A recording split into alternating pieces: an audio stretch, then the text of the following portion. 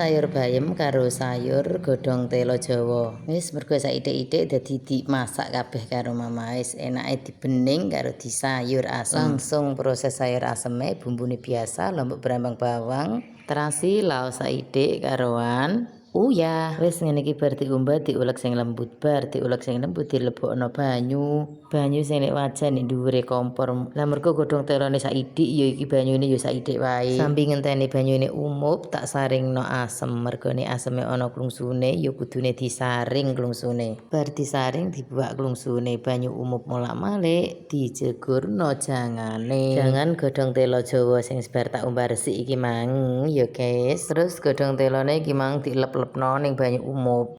Lah terus diimbohi banyu asem. Terus didelok nek urung kacap diimbohi banyu saithik. Bareng ngono diimbohi obat masak. Bar diimbohi obat masak diumup meneh dadi mateng. Gak suwe-suwe wajane bar diisahi langsung dienggo kelan bening. Lah mergo Maman duwe kenthang karowan wortel saithik dadi diwurna sisa. Langsung proses bumbu-bumbune bawang karowan kunci. Terus uyah dienggo nglembutno bar lembut dilebokno banyu molak-malik bumbune. Bar bumbu dilebokno banyu molak-malik disusul jangan bayeme. Terus laya sing bar dienggo ngulek iki mang diresiki karo banyu. Terus banyune diuwurno bayem godhogan. Terus diimbohi banyu sak kacape, diimbohi bumbu kaldu, obat masak, uyah, gula. Terus diumupno molak-malik dadi mateng ngene iki.